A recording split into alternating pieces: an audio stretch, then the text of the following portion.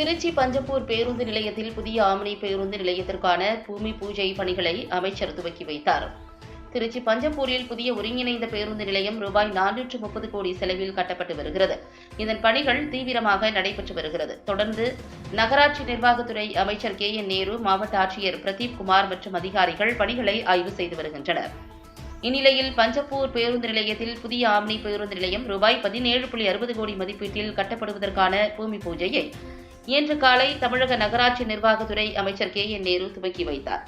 இந்நிகழ்வில் திருச்சி மாவட்ட ஆட்சியர் பிரதீப் குமார், திருச்சி மாநகர காவல்துறை ஆணையர் காமினி, துணை மேயர் அன்பழகன், மாநகராட்சி பொறியாளர் சிவபாதம், மாமன்ற உறுப்பினர்கள் சுரேஷ், காஜாமலை விஜி, அரியமங்கலம் சுரேஷ், மண்டல தலைவர்கள் விஜயலட்சுமி, துர்காதேவி மற்றும் அரசு அதிகாரிகள் உடனிருந்தனர்.